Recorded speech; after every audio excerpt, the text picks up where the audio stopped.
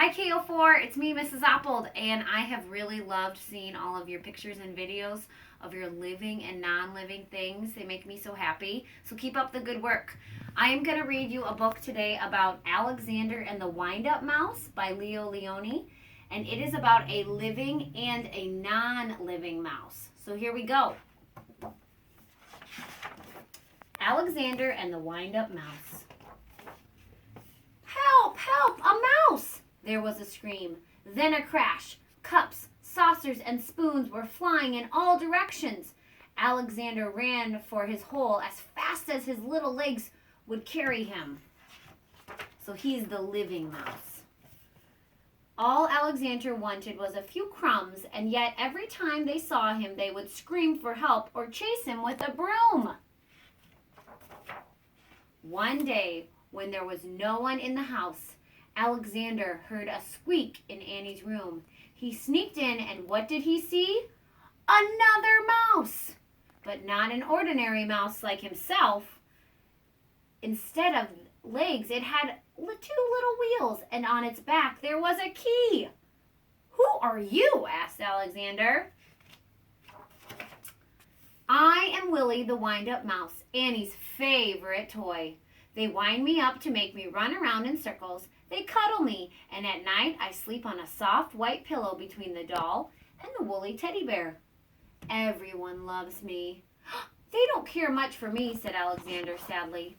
But he was happy to have found a friend. "Let's go to the kitchen and look for crumbs," he said. "Oh, I can't," said Willie. "I can only move when they wind me. But I don't mind. Everybody loves me." So we have a non-living mouse and a living mouse. Alexander, too, came to love Willie. He went to visit him whenever he could. He told him of his adventures with brooms, flying saucers, and mouse traps. Willie talked about the penguin, the woolly bear, and mostly about Annie. The two friends spent many happy hours together. But when he was alone in the dark of his hideout, Alexander thought of Willie with envy. That means he's a little bit jealous. "Ah," he sighed, "why can't I be a wind-up mouse like Willie and be cuddled and loved?" One day, Willie told a strange story. "I've heard," he whispered mysteriously, "that in the garden at the end of the pebble path, close to the blackberry bush, there lives a magic lizard who can change one animal into another." "Do you mean," said Alexander, "that it could change me into a wind-up mouse like you?" That very afternoon, Alexander went into the garden and ran to the end of the path. "Lizard! Lizard!" he whispered. And suddenly there stood before him, full of colors of flowers and butterflies, a large lizard. "Is it true that you can change me into a wind-up mouse?" Alexander asked in a quivering voice. "When the moon is round," said the lizard, "bring me a purple pebble." A pebble is a tiny little rock or stone. For days and days, Alexander searched the garden for a purple pebble. In vain. That means he couldn't find it. He found yellow pebbles and blue pebbles and green pebbles, but not one tiny purple pebble. All at last, tired and hungry, he returned to the house. In a corner of the pantry, he saw a box full of old toys. And there, between blocks and broken dolls, was Willie. "What happened?" said Alexander, surprised. Willie told him a sad story. It had been Annie's birthday.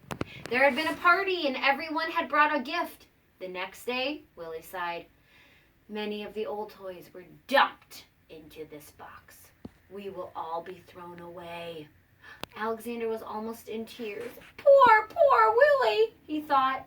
But then suddenly something caught his eyes. Could it really be? Yes, it was.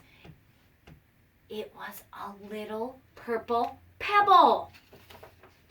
All excited, he ran to the garden, the precious pebble tight in his arms. There was a full moon. Out of breath, Alexander stepped near the blackberry bush. "Lizard, lizard, in the bush." he called quickly. The leaves rustled, and there stood the lizard. The moon is round, the pebble found, said the lizard. Who or what do you wish to be? I want to be. Alexander stopped, and then suddenly he said, Lizard, lizard, could you change Willie into a mouse like me? The lizard blinked. There was a blinding light, and then all was quiet. The purple pebble was gone. Alexander ran back to the house as fast as he could. I wonder if this magic worked. The box was there, but alas, it was empty. Too late, he thought, and with a heavy heart, that means he was very sad. He went to his hole in the baseboard. Something squeaked. Cautiously, which means to be very careful, Alexander moved closer to the hole. There was a mouse inside.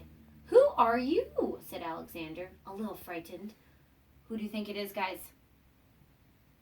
My name is Willie, said the mouse. Willie, cried Alexander. The lizard did it. He hugged Willie, and then they ran to the garden path, and there they danced until dawn. So now we have 2 living mice in our story. This was a fun book. All right, friends, tomorrow is our last day for remote learning for the week. I hope you guys have an awesome weekend and you keep up the great work. And I love all the videos and all the pictures.